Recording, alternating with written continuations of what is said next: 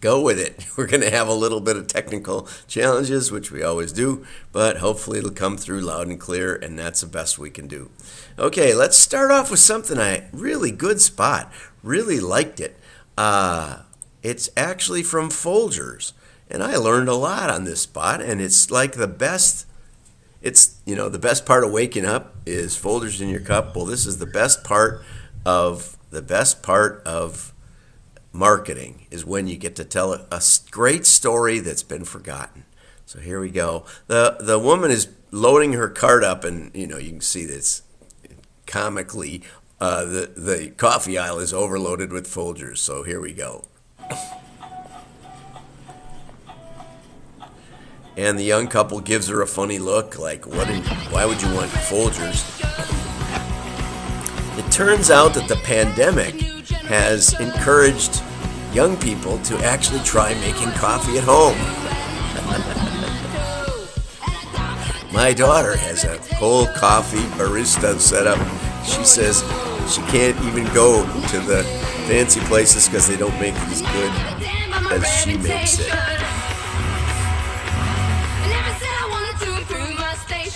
So it turns out that Folgers is one of the top employers in Louisiana, where it was founded, which I did not know. And so the commercial is shot in New Orleans. And of course, New Orleans has the greatest food in the world, in my opinion. I've been around the world, and it's the greatest. New Orleans, bar none, best food in the world. And there's a lot of other things I don't like about New Orleans, but the food is the best. So, man, that was such a great commercial. About Folgers. And it's inexpensive coffee. And I have off and on tried it. Maybe I'll give it another try. I like the can. It's a cool can. So anyway, like I said, the best part about working with marketing is sometimes you get to tell a story. They said that they said that nobody knew that Folgers was made in New Orleans. So let's get we got to get the PDF set up here. There we go. Okay. As I said, there'll be a little challenges up here in the Northwoods, but the idea was that it's not your grandma's coffee anymore. Now, there's nothing wrong with grandma, and my grandma made her coffee on a percolator, so it was always burnt, which is kind of the way Starbucks is, always burnt. But, she made it on the stove, and it would boop, boop, boop, boop, boop, boop. I don't know if you've ever even seen a percolator. But Mr. Coffee came out with Joe DiMaggio, and we went all in on drip coffee. And now there's all kinds of other alternatives. But anyway, it's a great article, and I'll post it up on the WDMA website. And here the ad guy says, I haven't spoken to anybody who knew that Folgers was made in New Orleans, says Roberts. We've been telling the story about how we are the best part of waking up for a long time. We never told the story behind what makes us the best part of waking up. Which I really like that. I really like that sentiment. I really do. Obviously, I do. Okay, I ran across this article, chocked full of ideas by John Cole, 13 ways to generate leads with social media, email, or direct mail. And, of course, I always go looking for direct mail content, but there isn't any. There's a lot of ideas in here. Offer a white paper or special report. Offer a free tip sheet. Offer a pamphlet. Offer a how-to article or guide. Offer a reference manual. I mean, basically, Okay, if you're thinking of things that you need to offer, this is a good list. But, I've tried all kinds of lead pop-ups and lead generation. And, now mainly I reach out and I say, if you want to talk to me, just get on LinkedIn and send me a little message and I'll be there. And that seems to work about as well as anything. So I try to be accessible, try to do my videos every day and let you know what's happening in the world of direct mail. So this is an interesting article from the standpoint of once you decide to execute, but there's nothing specific to mail except that it's mentioned. So Okay, now we'll conclude with this one. I like this one better. Consistent Small Business Success, and by Fadila Ali. Fadila Ali, don't know Fadila, just came across it because of the mail. Here's something you might not know.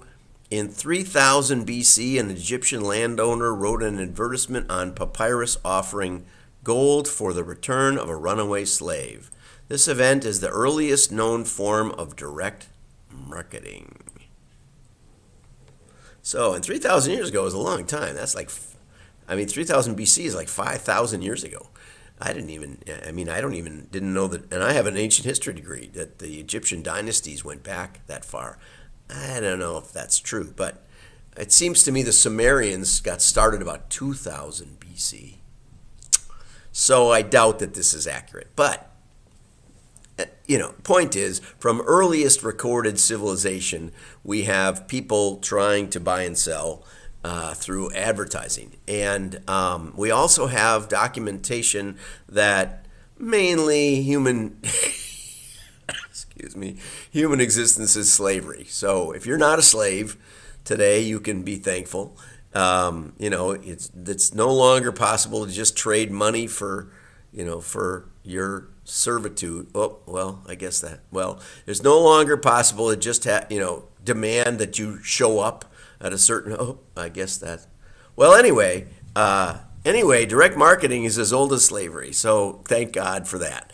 Then the author also says direct marketing in the pandemic saw a 2.2% increase, not to mention that it was down like 50%. But anyway, so it goes on and it talks about direct response marketing. Now, there's a lot of different, and I'll just take a little pause here. There's a lot of different terms that get thrown around. Grant Johnson on the board of the Wisconsin Direct Marketing Association says we should rename it and take away the direct marketing because nobody knows what it is and you can't find anything. He likes, what does he like?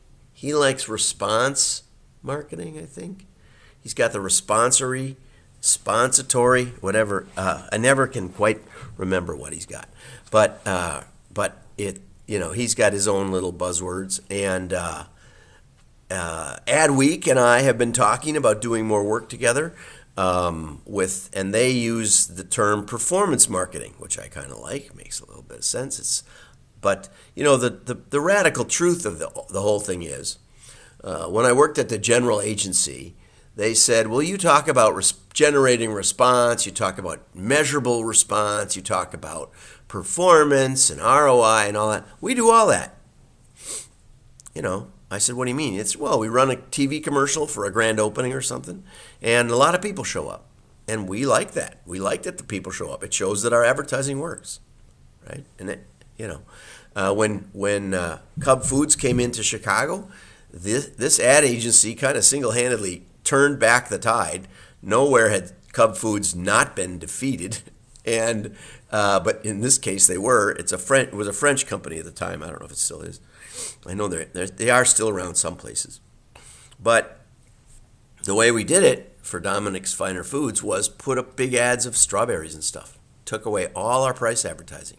And also used zone pricing so that the stores in proximity to a Cub had absolute match prices with the milk and eggs and the commodities that Cub made a big deal about. We might have charged a little more for the A1 sauce and the condiments and the weird stuff, but for most of the Dominic's customers, because we were absolutely on par with Cub Foods in that store, they said, well, there's no point in going over to Cub. We're not going to save any money, and we know that Dominic's is better food. And so our ads were all about what the care we take with produce and with other things in the Dominic's sort of, I met Dominic. I forget his full name, but anyway, in the home, in the neighborhood grocery kind of ethos that Dominic's had. So they said, well, we do direct. We do all the stuff you claim to do. And I went around Namoa a couple of years ago, and I did a survey, and I asked people what direct marketing meant, and they said generating a measurable response. And I would contend that all advertising attempts to generate a measurable response. They may not measure it, but they want to have influence. They want people to remember the ad. They want people to remember the brand. Like the Folgers ad. Is there a response device to get free Folgers, or a 50-cent off coupon or anything? No, nothing. There's nothing that you have to do for that ad. And, sometimes that's nice. You sit there and watch it and you find out, hey, they're from New Orleans.